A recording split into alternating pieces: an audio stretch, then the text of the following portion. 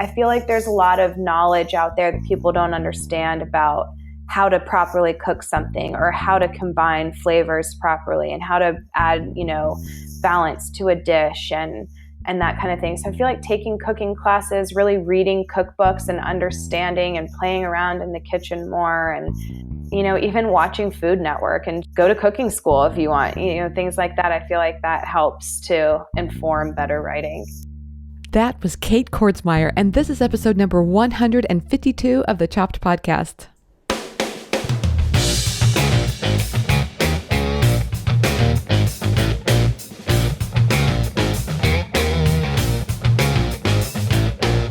Hey everyone, I'm Marley of the blog Namely Marley. I am your host, and this is the Chopped Podcast. This is the podcast designed for people just like you, bloggers who love food. My goal is to share with you interviews, thoughts, and stories, everything related to food blogging, so we can all learn together about what works with food blogging and maybe even a little bit about what doesn't. So how are you? I hope that you had a wonderful holiday break. I know that we did, and I'm wonderful. I'll probably use that in air quotes because we had an SEO audit by Casey on our site, Namely Marley. And as you can imagine, I think when anybody audits anything about anything, you're going to end up with this big, long list of things to do, which is exactly what happened for us. We are now, in the throes of lots of, I would almost want to say minuscule things that have to be done on repeat on every post, but it's so worth it for us because, last year we saw some really great traffic records that were broken for our site. And I think that's a result of some of the work that we did throughout the year. For example, I think I've talked with you about the fact that we changed our recipe plugin. We did a lot. We were very much more focused on SEO. And I really believe also, page speed was huge. We did a lot of work there. And between all of that, I think that really helped our site really break some records for traffic for us. And so, at the same time, I'm really excited about those records. It's so easy just to go straight into, how am I going to make 2018 better? So I definitely am taking some time to celebrate the breakthrough that we had in 2017, while at the same time setting my sights towards 2018 and what new goals am I going to have. Kind of trying to do that with an attitude of celebration rather than one of, it's so easy to think, well, if I get to this milestone, like if I can get to 250,000 page views a month, then I'll have arrived, I'll be there. Or if I can get to whatever that number might be for you, I think it's really important to, just celebrate where you are right now and find a spirit of, curiosity that can help you move to the next level. That's kind of what my goal is, at least. So I really do hope that you're experiencing these same feelings of excitement about reaching some goals, whatever they may be for 2018 or 2017. It could just be the number of times that you were able to post. It doesn't have to always be a numbers focused. It could be, that you feel like your writing has improved, or you took a workshop on photography and you feel, more confident about your photography. Whatever it is that you feel like that it was something that you can find to celebrate for 2017, just really, revel in that, and then let that, be an impetus to helping you go forward to 2018. Hey, if you're loving the Chopped Podcast, just know we are loving delivering it to you as well. And if you'd like to be a supporter of the show, we've created 2 ways to help you support us via Patreon. There's 2 membership levels. One of them is like the price of a cup of coffee a month. You can help be a supporter of the Chopped Podcast. I'm going to place a link in the show notes page, but you can go directly to Patreon. That's patreon.com/Chopped Podcast.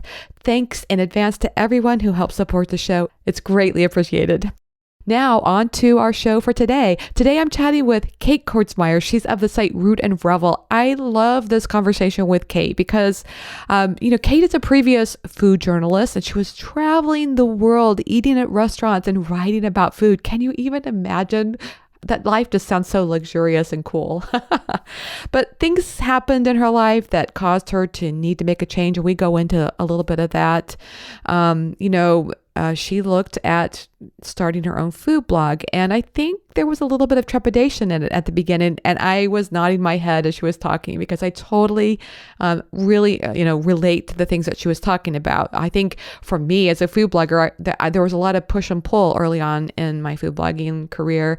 And I think a lot of that was about my own trepidation. Like I would kind of go whole hog as a food blogger, and then I would kind of pull back, like, what am I doing here? This is crazy. Why am I, is this really legit? Can I even do this? And so Kate and I definitely spent some time talking about that, the passion that we have for, how food blogging has actually blossomed into something that we can all embrace and feel very proud of the work that we're doing. I love that Kate and I talk about food blogging and her approach to how she goes about it, including the fact that she spent some time early on, really just every dime that came her way as a food blogger, she invested it back into her business. And some of that was actually hiring experts to help her. So she could just, she was playing the long game. She wanted to take this forward. And so some of that means you go a little more slowly at the beginning so that you can, have further success later on. And I love this approach. I think it's really smart. She also just talks about there are some things about food blogging she just doesn't like, so she hires people to do that for her. I totally embrace this approach. In fact, I think if you'll go back to a previous episode on mindset, I read the book by Gay Hendricks called The Big Leap, and he talks about this, you have these zones of competencies and zones of genius, and you really want to be working in that, the zone of genius that you have. And sometimes that means you don't have the time to do it all, so you have to give up some of those areas of competencies. And competencies, as he describes it, means things that you do and you can do it well, but other people could do it just as well. So why not hire other people to do those things? I think that's a really good idea. I think there are ways that you can hire people too. If you don't feel like you have the extra money right now, you can exchange services. So maybe you're really good at something else and you can kind of barter back and forth for ways to, do something that you love in exchange for something they love. I feel like there's some really great ideas that Kate had in our discussion today. Of course, we talk about food writing too, because that's really one of the things I was really passionate about. And she talks about one of the best ways to get better as a food writer. So, because we always feel like we focus on food photography and video a lot. But what about the writing? How can you be better at writing about food rather than saying 1,000 times, "Isn't this cake delicious?"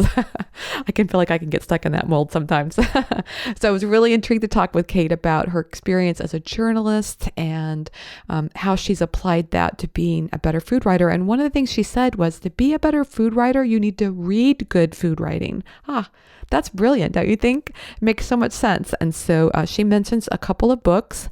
And in fact, one of them is The Best Food Writing of 2017. And the other one is the Salt, Fat, Heat book. It's a guide on how to master cooking. And so I'm really excited to tell you that we have decided at Chopped to give these two books away.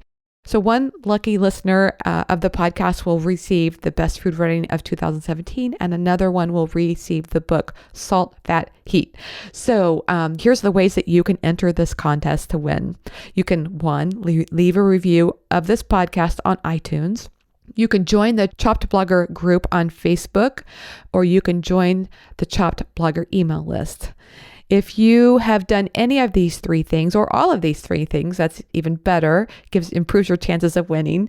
Send me an email at marley@chopped.academy, or you can leave a comment on the show notes page for this post, and then you'll be entered to win. I feel like we'll give the book away by the end of January, so we'll keep promoting this throughout the month. So just keep entering to win, and we'll announce the winners in the Chopped Bloggers group on Facebook, and I'll send an email out to the winners as well. So there you go. You've got your marching orders, and I'm getting both of these books for myself as well, because I am very motivated and inspired by the idea of being a better writer and also mastering the art of cooking even more. I feel like, I've made great strides in the things that I've done, but there's always room for improvement. There's always, I spend my spare time reading books that I feel like can help me. I go to the library a lot to read books that will help on writing, and definitely writing about food and mastering certain techniques in the kitchen. I feel like all these things helps my audience. So I want to have you feel that sense of inspiration by having these books in your cubby as well. So I had such a great time talking with Kate, and I felt so inspired after I left this discussion with her, and I can't wait to share it with you. So let's get straight to it. Here's today's feature interview with Kate Kordsmeier. Hey everyone, I'm happy to have Kate Kordsmeier. She's of the site Root and Revel, and she's on the show today. Hey Kate, welcome to the Chop Podcast. Thanks for having me, Marley. I'm so glad that you're here, and I'm really looking forward to talking with you because, well, I think we have a lot in common just based on, health issues and the way it's impacted our diet and things like that. But, also just learning more about your site too. Yeah, absolutely. So Root and Revel is kind of a food and wellness website that I started after I was diagnosed with what sounds like a slew of issues, but they were kind of all related. But the short version is PCOS, leaky gut, and hypothyroidism. Wow. That was all diagnosed at the same time? Yeah, pretty much. It's such a long story. It was years of having symptoms and issues and seeing dozens of different doctors before I really got to the root of the issue. But mostly, I would say they were all everything kind of came to a head at one point when I started going to a holistic MD, and she diagnosed me with all three at the same time. But, the body is such an interconnected thing. And so once I kind of healed, especially once I healed my gut, I healed a lot of the other issues as well. My hormones were more balanced and my thyroid was working better. It took a little bit more than just healing my gut to address some of those issues, but they definitely were connected. I'm reading this really good book right now. It's called The Gut-Mind Connection. I don't know if you've heard of that, but no, but I definitely believe in it. Oh man, actually, I learned a lot because I have I was diagnosed with irritable bowel syndrome, and so this was a while ago, and he actually in this book, he talks about that condition, and he says it's actually a brain disease more than it is a gut disease. And that just shocked me. It was so crazy, but Yeah, it's so interesting. I mean, that's one of the issues or symptoms, I guess I should say I had is that when I would get excited or anxious, even if it was like a good kind of anxiousness, I would get really nauseous and have really bad stomach aches. Wow. And so I definitely believe mind gut is very closely related. Yeah. And, just listening to your story also reminds me of, do you know Rachel at the site La Fuji Mama? That sounds familiar. I don't know her personally. Check her site out because she also talks about, she was diagnosed with lupus, I believe it was. And your story sounds so much the same because she's like going to all these doctors, trying to figure out what's wrong with her, and eventually goes to a naturopathic doctor, and they change her diet. And as a result, she's off the medications and much better. Yeah. It's so interesting. I was so amazed by the power of food to heal your body. And I was such a skeptic at first that I didn't really have much trust in it, but I felt like I had tried everything else and nothing was working. And I was like, well, what do I have to lose? Let's see what happens. And it was amazing. That's so great. And, I think the thing that maybe people listening to this may not grasp is this was a big impact for you because this was your livelihood, right? Food.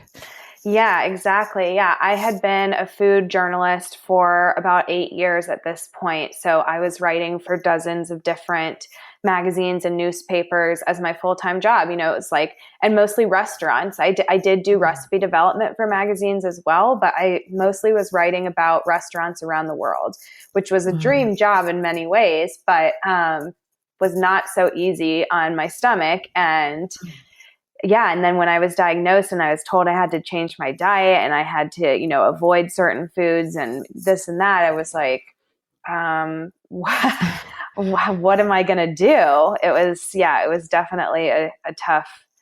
It's hard to go to a restaurant in Japan and avoid soy sauce has weed in it. Yeah. So that's impossible, right? Exactly.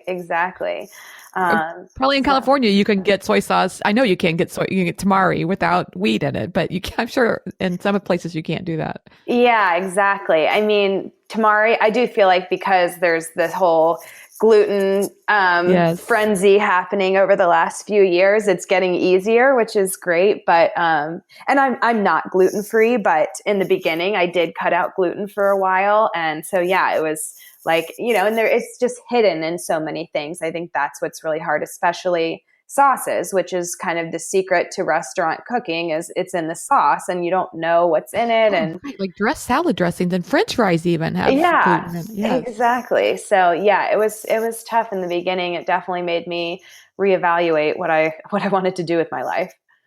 Yeah, I mean, I can't even imagine what that would feel like. Here you have, created a dream job where you get to travel all over the world and write about food, and then all of a sudden it feels like it comes crashing down. Yeah, but it was one of those things where I kind of actually felt like all the stars aligned, even though they kind of sound like bad things. But Yeah. I I had been doing it, like I said, for going on a decade, and a lot had changed in the industry, and I had moved, and I was in a city that was harder to. I used to live in Washington, D.C., so it was so easy to write for national publications because everybody Yes. wants to visit D.C. And then I moved to Atlanta, which is also a great city, but Yeah. not quite as much demand for travel coverage. So anyway, to make a long story short, yeah, I feel like there were some other things happening in my personal life and with some of my own career things that was wanting to try something new. And, I had been a fan of a long time of Pinch of Yum, their food Yeah. blog. And I had been reading their income reports and being like, huh. I kind of the food bloggers that I knew, I always say like I had this really negative opinion of them because a lot of them just did it as a hobby, and they did it because they heard you could get free dinner. Um, You do, yes. Free yeah, products delivered to your door. right. Yeah. I see. And I didn't even know like the food bloggers that did like recipes. I really only knew the food bloggers that had like restaurant blogs. And so they were just like trying to get free restaurant meals. And it just really rubbed me the wrong way. And I was just like, I'm a journalist. I'm not going to be a blogger. And the more I started looking into it though, and it kind of was one of those things where like, people kept turning me on to different podcasts and, sending me different articles and stuff. And I'm like, maybe there is a way that you can actually make this a business and, Yeah. and actually be successful with it. And there was a lot of things about it that were appealing to me. So that's when at the same time, I was going through this diagnosis and changing my diet and seeing like all of these amazing changes in my life through food and other holistic remedies. And I felt like I really wanted to share that with other people who might be struggling with similar symptoms. And so, like I I said, love kind of, this story because sometimes it's like, it's like making lemonade out of lemons, right? Like, I yeah. mean, these things happen and we feel like they could be the worst things in our lives. And in reality, there's just, a silver lining to come out of it.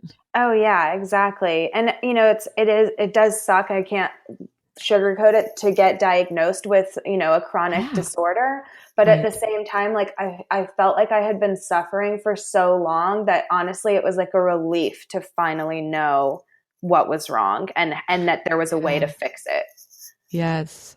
What I can't stand is when something comes along and there is no, like, I just feel like there's got to be something I can do to fix something every single time. And so, Right.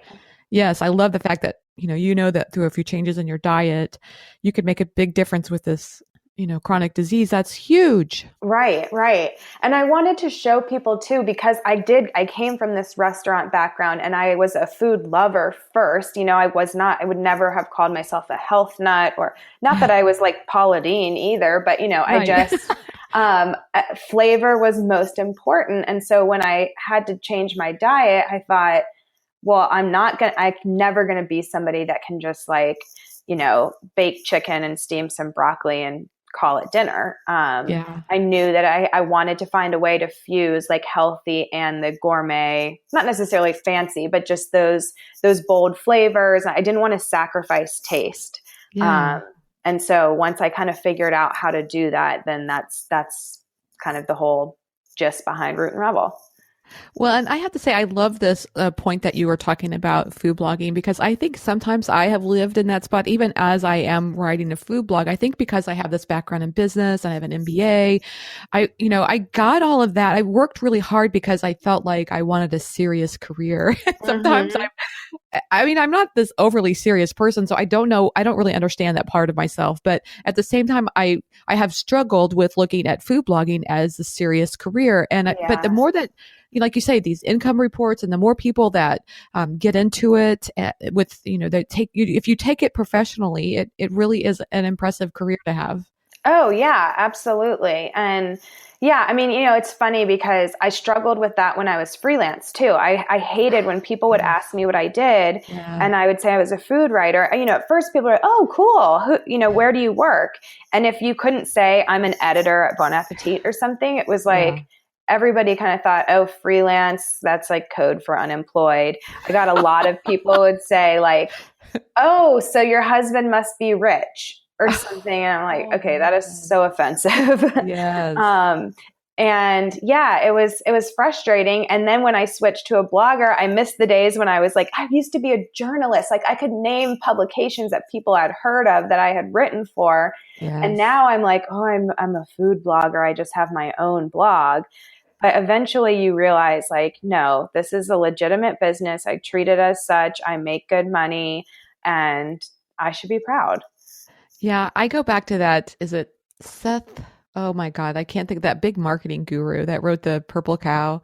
Seth something. I can't think of his last name. Oh, Anyway, yeah. he talks about how, you want to leave a legacy. You want to, create your own thing. Godin. And Sorry. Godin, Seth Godin, that's right. Yes, thank you. You Just want to can't leave do it it. as something that you're really proud of. And I feel like that really helps inspire me too. Yeah, yeah, absolutely. I mean, and people are always going to have their own opinions about what a job looks like, whether it's Yes. good or bad, but like, the truth, how hard you work or don't work. And, Yeah. I feel like at the end of the day, easier said than done. I still struggle with this on a daily basis, but I Yeah. remind myself of that. I know that it's true that, it is a real business that I should be proud of. Megan Hill was on the site. She's with the site Culinary Hill. She was on the podcast a few months ago, and she talked about how she worked with a branding company to develop a mission statement. And then she reads that mission statement every morning. And I think, what a Wow. brilliant idea. Yeah. I Yeah, could use that's that. really smart. Yes, because I think there are days, we're people, and every now and then you have a day where you just hit a slump and you're just kind of lost. And, especially Yeah. with food blogging is really complicated. There is Oh so my much that gosh. goes on. We have It's to be so much experts in harder than I everything. thought it was going to be. Really, I'm curious to hear more about that. What was more complicated than you thought it was going to be? Well, I think that very naively, I thought, you just write a post, Yeah. snap a few photos and put it up on the site, and then it was Ta-da! like, yeah. And like, sure, you could do that. It would be really hard to grow it into a profitable business that way and Yeah. have people actually find you and, grow a readership and that kind of thing. But yeah, once I started, so going back to the pinch of yum people, so I joined Food Blogger Pro, which is their, I'm Hmm. sure your audience probably is familiar with it, but it's their kind of blogging school that teaches you all of the background stuff that you don't see, all the behind the scenes work that goes into it. So, there's learning SEO, and that was really kind of difficult for me, and figuring out like, what do I even name this recipe Yeah. so that it's found, because kind of what I want to name it is probably not what people are searching. Right. Um, but if you name it something too basic, if it's brownies, then there's a No one will billion ever find it. recipes to compete with. So, Yeah. figuring out that kind of stuff and growing social media, and like, Instagram in itself is like this whole beast with comment Yes. pods and engagement, and figuring out how to get people to click back to your site. And, there's just so much that goes into it, and hashtags, and same thing for like all the platforms. And then I realized quickly I suck at photography and I really have no desire to get better. So what am I going to do, because I can't have a food blog with bad photography. So fortunately, I am really good friends with a photographer who actually did the photos for my cookbook. Nice. that I did when I was freelance. And so she and I have partnered up, and she does all of the photos for my site. So every other week she comes over, we do a bunch of recipes at once, and then she shoots it all. And that was like the best decision I ever made for my business. I bet. I bet there's some advantages of that. Like it kind of forces you to be organized about what you're going to be making, right? Yeah, it does. It does. And it really helps me in terms of like planning in advance. It was easier for me to do that instead of just being like, sometimes I'd be like, well, this dinner was good. Maybe I'll just photograph it. And, that doesn't really work out well. So it helped me get ahead and plan in advance. And things like, I guess one of the biggest lessons I learned early on was like, there's a million things that you have to do behind the scenes for a food blog, and I can't do them all. I mean, physically, I don't have enough hours in the day, but I also don't have all of the skills. And so it's kind of controversial, and, everybody's going to have to do what works best for them. But I just found like, pick what I love and what I'm good at and outsource the rest. I think that's brilliant. Yeah, it's been really helpful for me. I mean, even like editing photos, like even if I could get a decent photo myself, I would edit it for like 4 hours, editing with this one shoot. And Heidi can turn around 12 recipes in 30 minutes edited. It's like, this is her job. She is an expert at this. She knows how to do it. So it just is a huge time savings. And then you're actually getting professional quality work. Yeah, I could remember when I was doing my editing my own photos, I would just be like, every little crumb or there was a hole in the cake, I was filling that, it's just ridiculous stuff. Yeah, in Photoshop or Lightroom, whatever that is like, they're such complicated programs. Even just trying to teach yourself how to like adjust the exposure is not as common sense as you would think. I know. My husband's a graphic designer and web developer, so there you go. And photographer too. So it worked really well that he started taking the photos for our site. We do it together, but then he edits. Nice. I just love that because he does a much better job, to be completely honest. I felt like I was more like a broken clock. I could get some good shots, but it was almost by accident. Right. Yeah, I know exactly what you mean. And I mean, I'll look back, like I've now started because I probably didn't start working with Heidi for photos until like 6 months in. So there's a lot of recipes that still have my old photos.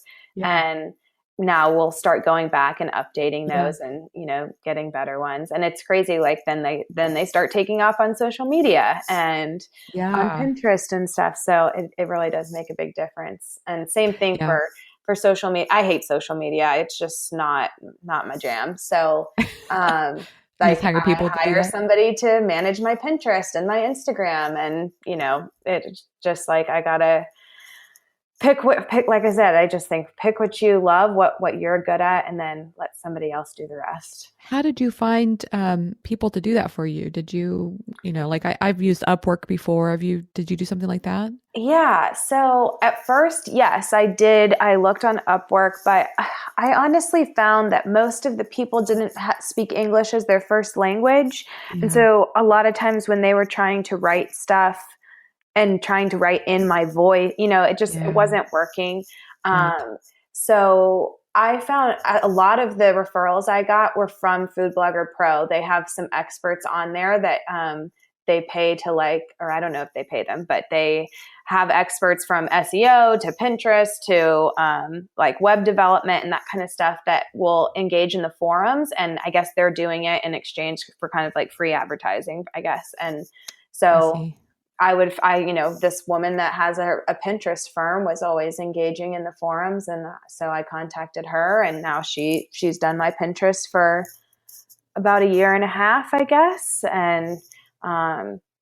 And then she actually referred me to someone for Instagram. But so I've gone through a few different people. It's kind of a trial and error and finding the right fit and the right budget. And it's hard. I think the biggest challenge I've had with my business and with the blog is like, do you need to wait to spend money until you're making money, or do you have to spend money to make money? And trying to find that balance. I think that's such a great point because it's so easy to think I'm going to do it all by myself until I start making money and then I'll hire somebody. But I Right. do agree with you that the things that it takes to make money as a food blog requires kind of this, I don't know how to say this, like this upper brain kind of functioning. And if Yeah. you're constantly lower brain working on, slugging out posts on social media, it's Uh-huh. not always, I think it makes it hard to do both. Definitely, definitely. And I mean, I think it just depends what your goals are. Like my goal after about 6 months of doing the blog was I want this to be my full-time income as soon as possible. And Mhm. so I I reinvested almost everything I made for the first year directly back into the blog. And I do feel like that helped me grow so much faster. Now, if I didn't need to do that, if I thought, oh, it'd be great if one day it became my full time, it was enough for a Yes. full time income or something, but I'm in no hurry, then yeah, maybe you can do it yourself and it will take maybe a few years longer, something, or maybe you'll get lucky and it can happen faster. But yeah, I really needed the growth to be faster. So Yeah. for me, it made sense to do that. Yeah. Do you use tools to help with that too? Like, there are these sharing apps that people can, like for Instagram, things like that. Yeah, so I use Tailwind for Pinterest and Instagram, which is basically just a scheduler, Mhm. and it gives you like analytics and stuff too. Um, there are things like Instagram comment pods where basically you're in a group with other like maybe a dozen other like-minded bloggers, and when you'll kind of send an alert to the group that says, hey, I just posted this something new. Please go like and comment on it and engage with it. And then we all kind of do it for each other. Um, so, really, the point of doing that, I guess, is supposedly the Instagram algorithm rewards you if you have engagement in the first like half hour. Like the earlier the engagement, the better. And then the more likely you are to end up on the explore page and higher in the hashtags and that kind of stuff. So, yeah, that's something I've been experimenting with. And sometimes, it's so much trial and error. Sometimes things that work for one person doesn't work for somebody else. So it's really Yeah, just trying to find the sweet spot for you, but it can be overwhelming. There's so many things like that to have to think about. I know. Did you create your own pods or did you how did you find the pod that you got into? Yeah. So what I ended up doing, my one of my friends who's a food blogger in Atlanta, but for restaurants, she told me about I guess there was like this group company called Insta Revealed, I think was the name of it. Hmm. And it basically was like a little course that taught you how to grow your Instagram following and boost engagement and stuff. And so I think they're the ones who like coined the term Instagram pods or comment pods. Interesting. Uh-huh. And so I went on there and they have like a Facebook group and you can kind of see if there's a pod that has an opening that you could join that makes sense for your niche. Or so I did that. I joined a few, and then I honestly felt like, okay, I really like this handful of bloggers. I feel like our content is similar. I like the way that we engage with each other. I'm going to see if I can start my own, and I'll invite the ones that I enjoyed working with the most. So that's what I did. And they all were like, yeah, that sounds great. So then I ended up creating my own pod. And so now, I mean, it's great. Now we have this really tight knit group that, we've seen each other grow from like 1,000 followers up to 60,000 followers. Wow.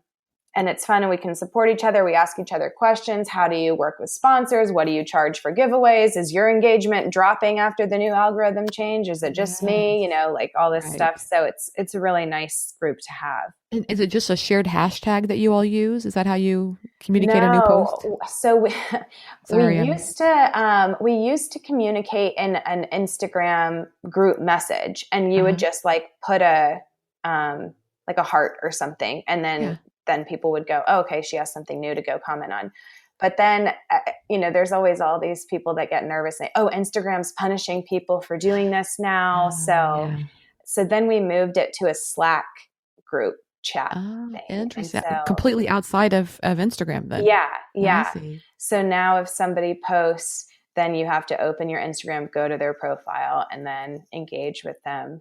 And yeah, so it's interesting. I mean, I feel like I go back and forth on how I feel about it. Mostly I like just that it's like this community that we can Yeah. help each other. And sometimes the engagement is, just like looks good, but we try to actually have a conversation with each other. And so I don't feel like it's like fake engagement necessarily. I mean, I certainly have like seen products or recipe ideas from this group that I've been like, oh, I'm going to use that, or I'm going to go buy that, or I'm going to look into this. And so, yeah, but I guess there's an argument for either way I could see. Yes, I totally get it. And I love this discussion because I do think there are a lot of these little tricks and tips like this that can, I don't know, like something feels really hard, right? Like understanding Instagram, but the more that we can create community and help each other, especially I think in small groups, I think then the better we do at it and we feel more confident in it. Yes, absolutely. Absolutely. And it's so nice to realize like we're not each other's competition. We're Yes. each other's like cheerleaders. That sounds I so just cheesy, but I also feel like there's just this tendency to think, I suck at this, I'm no good at this. But in Mhm. reality, it's not that you suck at it. You're not, you don't know the tricks that other people Right. know. And Right. so the more you can just like let yourself learn. I love that you said something else that you talked about. You said you invested the money that you made early on. It sounds like in addition to hiring people to help you, like as a VA, you also took courses and things like that Oh to really yeah. help you learn. Yeah, I did. I'm such a big fan of learning, I guess, in general. And so I joined Food Blogger Pro. Excuse me. I joined Food Blogger Pro from the beginning, like before I even started the blog. I was like, okay, because I thought if I'm going to do this, I really want to do it right. I don't want to Yeah. do it and then have to redo everything because I didn't understand how to do alt text on my photos. And, Yeah. And then you have to go back and redo them all. Yes. right, exactly. So I joined Food Blogger Pro, and then I also joined this other one called the Blog Village, Oh um, yeah. which is With Show Me the it's Yummy. yeah, exactly. Show me the yummy, yeah, and it's very similar, but they do have some distinct differences. And I like a lot of the tools that Yeah. the Blog Village provides.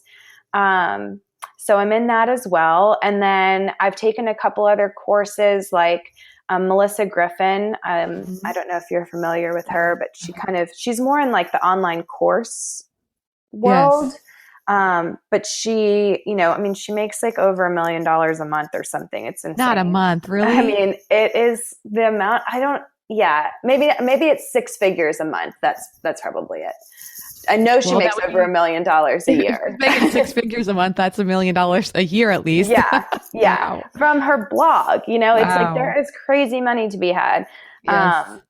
And so, yeah, so I've taken a couple of her courses, and I mean, I read a lot of blogs and listen to a lot of podcasts just about, there's plenty of free resources like that too. Yeah. Um, Oh, I see what you're so saying. Not only do you take courses, but you also participate in learning free things too. That's good. yeah, You need to yeah. balance that. Yeah, exactly. I mean, I know this a little meta because we're on a podcast, but there are so many good podcasts out Oh there yeah. about how to grow. I mean, even if it's not specific to food blogging, I really enjoy listening to podcasts about like how to grow your business, how to Do you have some start something favorites? online. Um, Gosh, I feel like a spokesperson for Food Blogger Pro today, but theirs is one of my favorites. I love the How I Built This podcast, Uh-huh. which is not specific to blogging at all, but it's really good. Melissa Griffin actually also has a new podcast that she launched maybe a couple months ago called Pursuit. Now I'm forgetting what the name of it is. It's like Melissa Griffin Pursuit. We can pull her name up and we can um, find it. Yeah. it's a pursuit with purpose or something like that. Yeah, that it's really about like how to create like a wholehearted business that fulfills like your soul, not just that makes you money. Because I guess, grass is always greener. Here I was taking her course being like, oh, if I could just make if I could just make 1/10 of the kind of money that she makes, I'd be so happy. And then she's like, I'm so miserable. I made $1 million last year by myself and I'm so miserable. Really? And yeah. And so she created this podcast to kind of talk about how to bring like happiness and purpose back to your business and stop getting so caught up in the numbers, which I was very guilty of. So I really like her podcast. Pat Flynn is another one. I love his podcasts. Let's see. I have to pull up my app and see what else I have on there. For a while, I was listening to so many business podcasts though, that I just I think I got into overwhelm mode and I had to stop. Oh yeah, for sure. I did a new one that's out that I really like is by, I don't know what ad network you're on, but I'm on Mediavine and yeah, me too. Oh, okay, good. So they have a podcast now. I don't know if you know that. Oh, I didn't know that. It's called Theory of Content and it's really good. I actually have really enjoyed it. So I recommend it. Okay, cool. Yeah, I definitely need to check that out. Yeah, Amber Bracegirdle, she's been on the show a couple times already, and she has an SEO guy that has nothing to do with food blogging, which I actually kind of like. He gives a very different perspective, and so they just kind of banter back and forth, and it's really good. Okay, cool. Yeah, I would love to check that out. I know I do feel kind of like sometimes I need to just read and listen for pleasure and not always be so like business minded because there's what did my friend say the other day? We were in my car driving and we're like, oh, let's listen to a podcast. And so she pulled it up and she goes, the one that's on pause is how food bloggers should do their taxes. And she's like, you know you're self-employed when you're listening to podcasts about taxes. Yes, exactly. I know, I'm so boring, but I needed to know.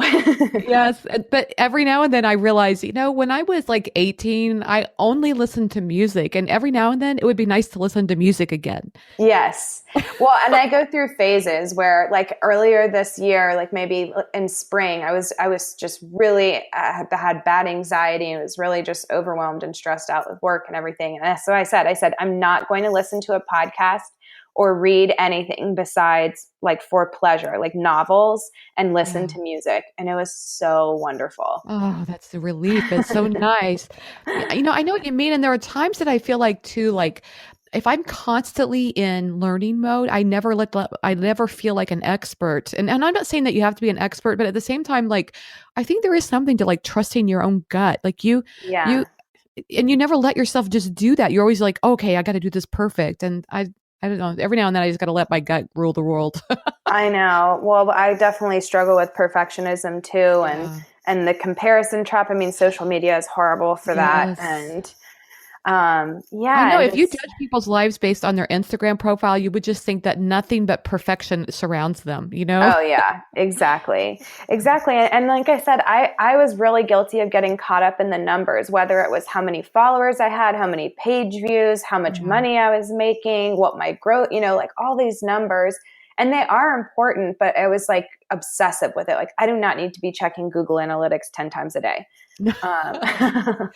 Maybe once a day would be good, or maybe even like once every other day or once a week. I know. But it's funny. It's like you have these kind of addictions like that. Once you really break free of them, like now I don't think about it. I probably check a few times a week, but it's not, it was compulsive before.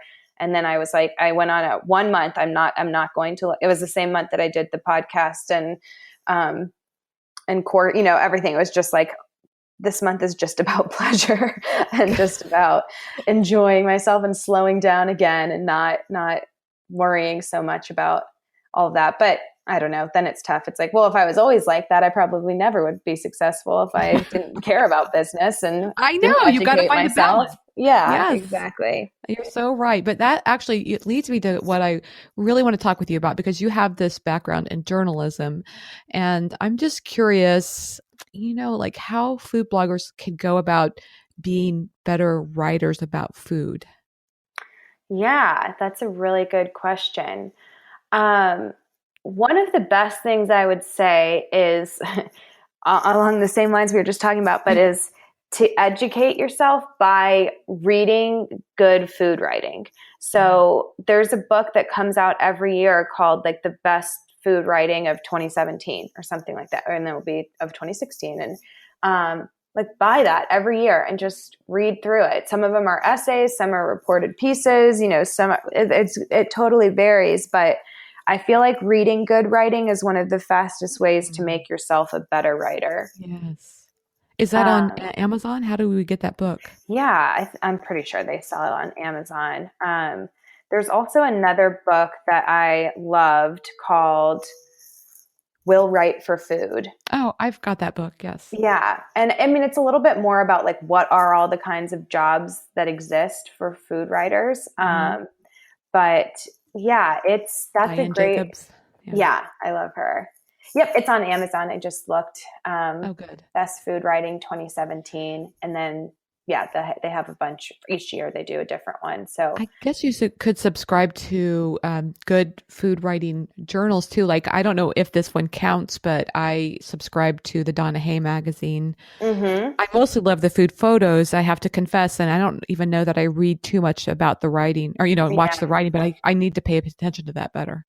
Yeah, exactly. I mean, you don't have to, this book is just one example. It could be just really pay attention to writing in food magazines that you already read. If you like Food and Wine, or if you like Cooking Light, whatever it is, read good food writing or read other food blogs, because food journalism is different. And it's usually way less first person. But I think that's a great way. And also just like to really take a cooking class, try to become more of an expert in whatever kind of, if you're just a general food blog, that might be a little harder, but I feel like there's a lot of blogs I think that I read that I realize like the people don't really know a lot about food. They might like food and, enjoy eating or cooking, etc. But I feel like there's a lot of knowledge out there that people don't understand about how to properly cook something or how to combine flavors properly and how to add, balance to a dish and that kind of thing. So I feel like taking cooking classes, really reading cookbooks and understanding and playing around in the kitchen more and, even watching Food Network and just stuff like that, just to kind of go to cooking school if you want, things like that. I feel like that helps to inform better writing.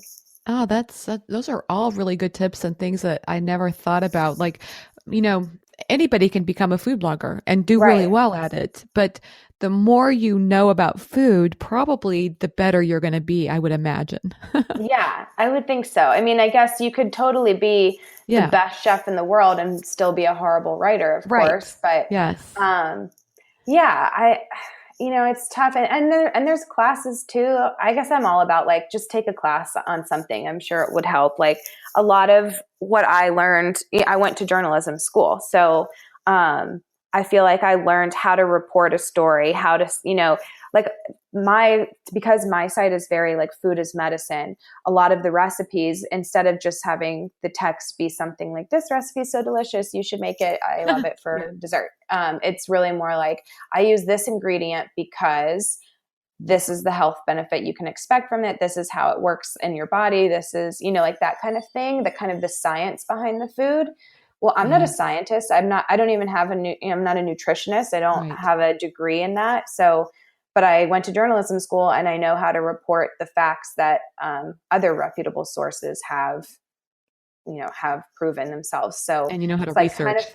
Exactly. So I think taking like a journalism class and doing stuff like that would be really helpful too. Depending on what kind of blog you have, but yeah. The Flavor Bible is another book I want to add to that list. Oh yeah, that's a great one. Yes, because it's, even if you, sometimes I think it just helps me in my cooking. Like if I have a lemon, I can just go and look and see what flavors complement that lemon really well or whatever. Right. It's really nice. It gives, and I think it expands your repertoire of what you're cooking too, I think. Right.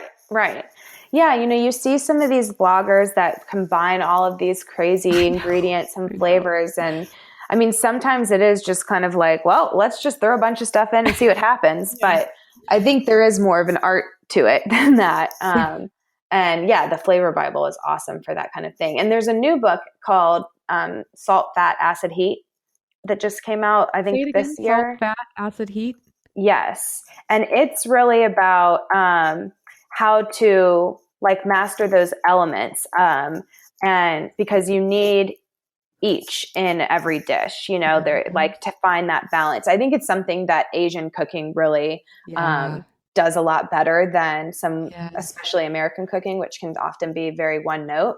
But it's like, it's amazing what sometimes just adding like a squirt of lemon juice to a soup could do.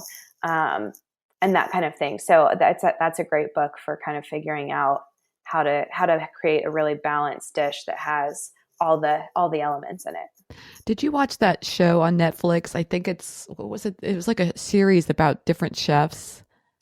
So there's one, The Mind of a Chef. Yes, that's that one. Yeah, for sure. Okay. Yeah. I loved Mind of a Chef. That was awesome. I'm obsessed with Asian food of all varieties.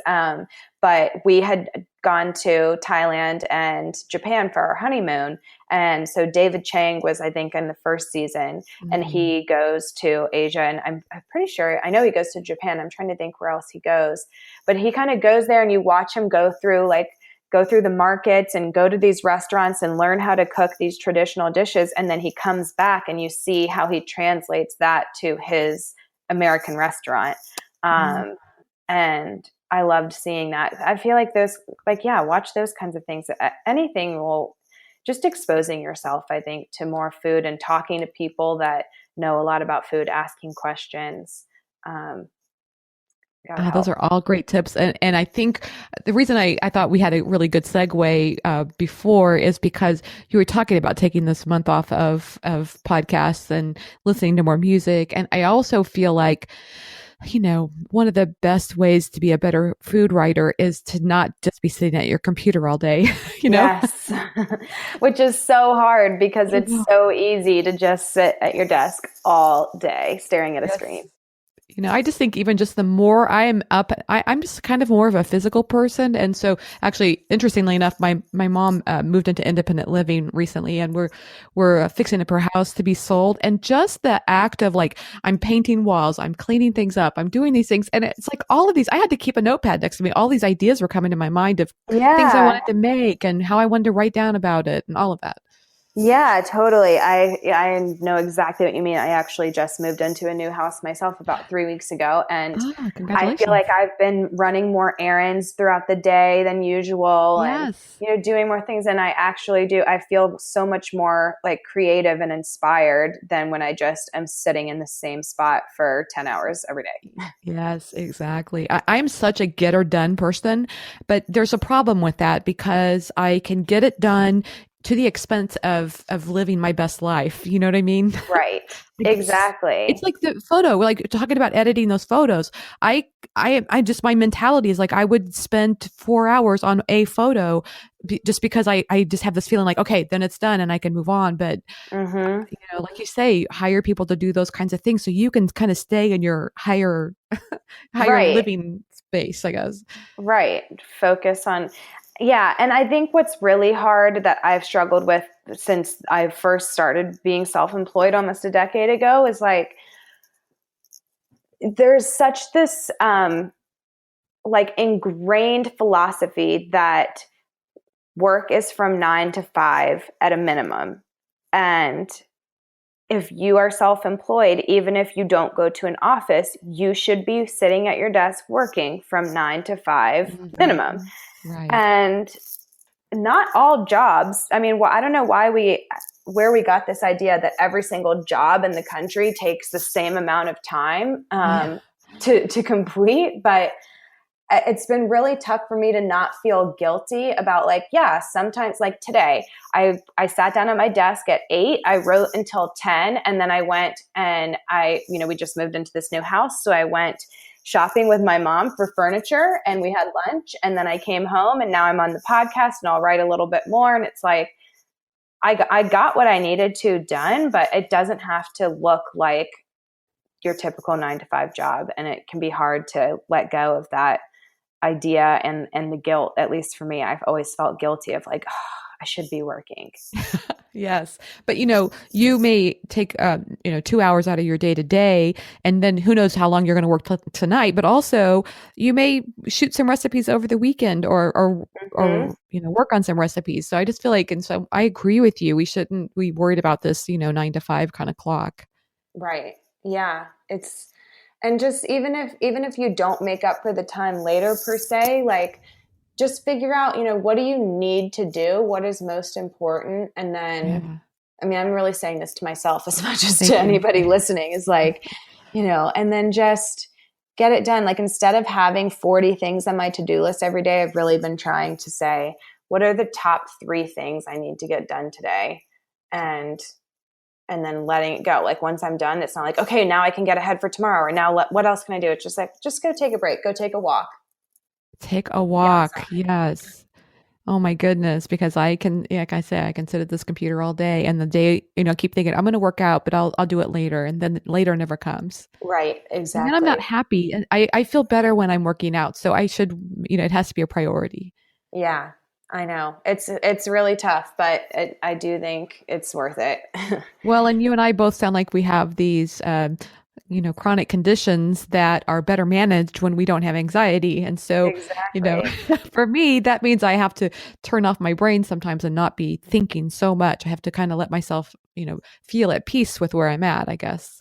Yeah, and I think that's the thinking so much is one thing that I really learned earlier this year, especially when I kind of did that little detox period, was like we're so overstimulated in I like know. modern day culture because we're Yes. always looking at something. Like it's always, I'm sitting at the computer and I'm looking at this screen, or I'm watching TV, or I'm on my phone, or I'm listening to this podcast. And like, even if we're sitting at a traffic light and like everybody pulls out their phone, I can't even look for 5 seconds without having something stimulate me. Yes. And it was just like, my brain hurts. This is too much. And, so I think that's why I said, I'm going to try to take an hour walk every day and just listen to music. And like, I'm just going to,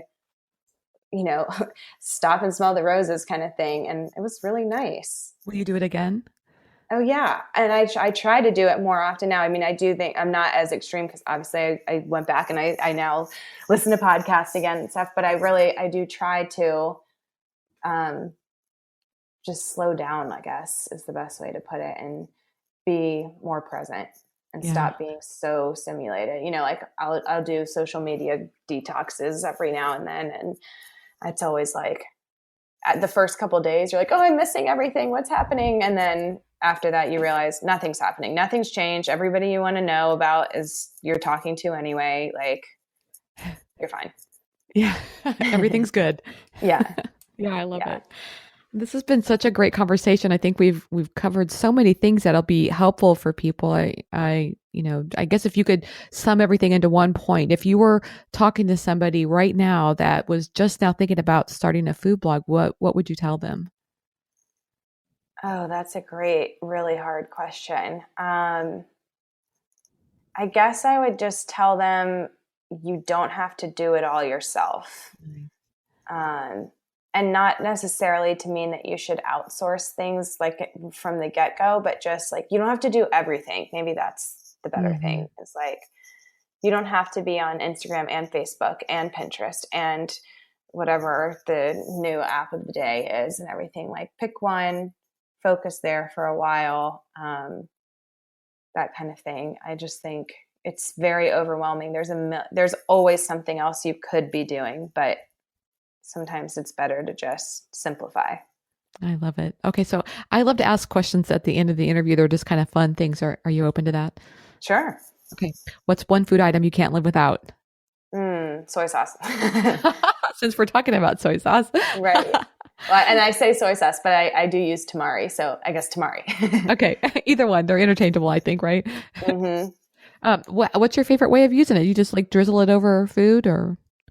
I love making big veggie stir fries. And I put it on like every sauce. Like people think of soy sauce as being like, it's an Asian ingredient. So you can only use it in Asian recipes, but I'll put it in marinades for grilled chicken or steak, or I'll put it in salad dressing, or I don't know. I put it in everything. It adds a lot of flavor.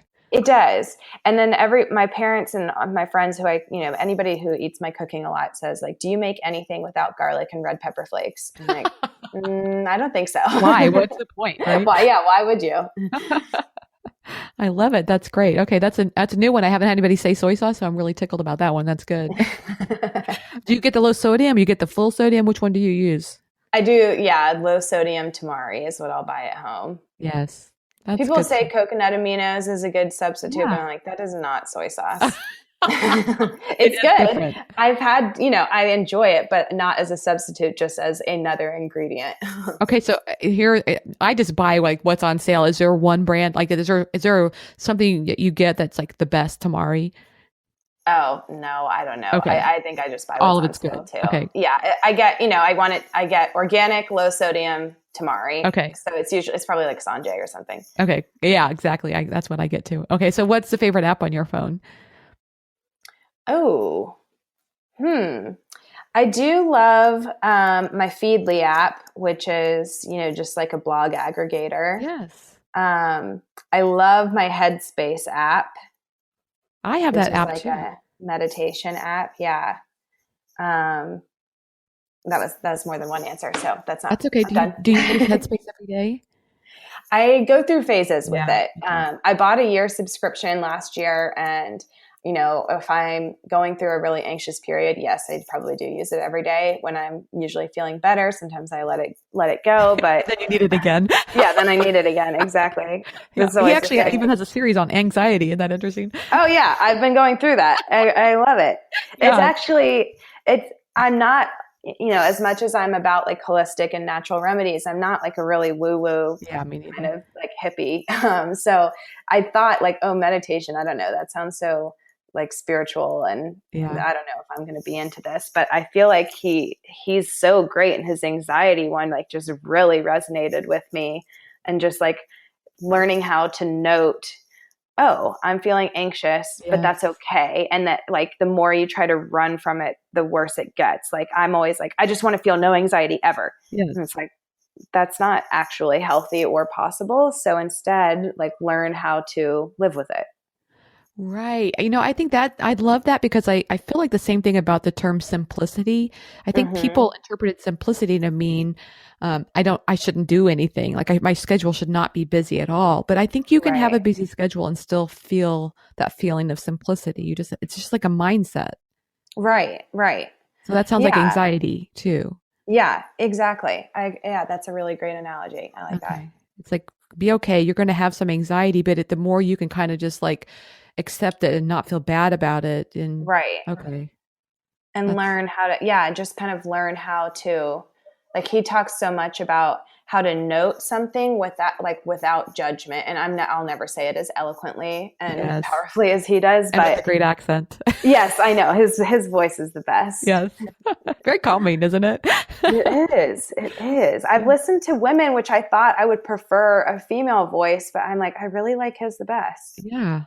And it's interesting because it's hard to say this. Sometimes I listen to people with other accents, and it doesn't feel as calming to me. But for some reason, his voice is very, very calming. Yeah, it's very soothing for sure. Feedly, so that is just like where you subscribe to different RSS feeds, and it'll deliver them all in one place.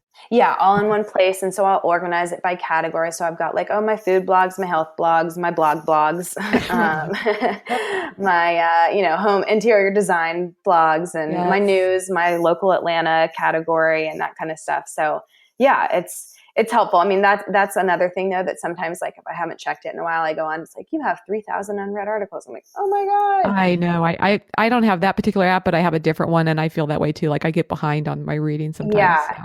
But what I've learned is just when that happens, I just hit mark all as read and then start over. Cause I'm like, over. It's okay. They'll probably republish it eventually anyway, right? Yeah. So this is a side question I just have to ask you, since you're in Atlanta. Have you been to the restaurant Watershed? Yeah. I'm so jealous. I want to go there so bad. Oh, that's so funny. So what do you know about Watershed? Well, only because I just the biggest fan of the Indigo Girls. I just love them. And Emily is one of the Indigo Girls, and she owns it. So Yeah, so the original Watershed with Emily and Scott Peacock, who was like one of the pioneers of like modern Southern cuisine, and Mm-hmm. it was really in its heyday. I think it was really a special place. It has since, I'm not sure if it's changed owners, and it's Oh. definitely changed chefs, and it changed locations, and it moved to kind of like South Buckhead, and I've been once in the last 4 years, so I really couldn't speak to it. But I don't feel like it's like quite as special as it once was. Maybe Oh. I I know, missed my sorry. chance. I know. Maybe not. Maybe it is still good. Like I said, I Yes. haven't been in a long time, so Yeah. yeah. There's so many good places in Atlanta, though. So How if do you you ever come choose, through, we'll have right? to. How do you choose which restaurant you like to go to? Exactly. And where are you based? Kansas City. Oh, okay. Yeah, we've got some good Nice. I've restaurants here never been too. there. Yeah. Yeah. It's kind of turning into a foodie town, Kansas City is. Yeah, that's what I keep hearing. Yeah, a lot of good stuff going on. Okay, so I have to ask this question because I love asking it of everybody. Do you have any time for TV at all? And if you do you have a favorite show? Oh my God. I make a lot of time for TV. I watch way too much TV. It's bad. So my husband and I laugh that like we basically just watch the same three shows. Like we'll start at season one, watch it all the way through, go to the next one, watch it all the way through, the next one, watch it all the way through, and then we just start over. And so those three shows are Friends, How I Met Your Mother, and King of Queens. Oh, wow. So you Old started season school. one and then go through the beginning and then you go back through it later? Yeah, we've probably done the loop like at least 6 times. Oh I my mean, God. it's bad. So that's like, but that's more what we do, like if when we're going to bed or when we just need Yeah. to have like something on in the background. But we're always into like whatever new shows on Netflix or HBO. I loved Big Little Lies. That I just was love on. that show. Wasn't it so good? But I read the book too and I love that novelist. Me too. Leanne Moriarty. Did Yeah. you read The Husband's Secret? Yes, that was the first one I read of hers. It's so Me good. too. That was my favorite one of hers too. But I loved Big Little Lies also. And yeah, I Yes. was the same. I read the book before, like years before the TV show came out. But I thought they did a really good job. I think they did too. In fact, this is how terrible I am. Excuse me. I couldn't even remember how it was going to end. I was just so absorbed into how they were presenting it. And so Yeah. it was all new to me again. It was really cool. Yeah. And the music was so good in the show. Yes. I Oh, loved it. yeah. I actually had my Spotify out because I had to figure out what they were playing. It was really good. Yeah. Yeah. It was really good. Did you hear the story of how that came about as an HBO series? No.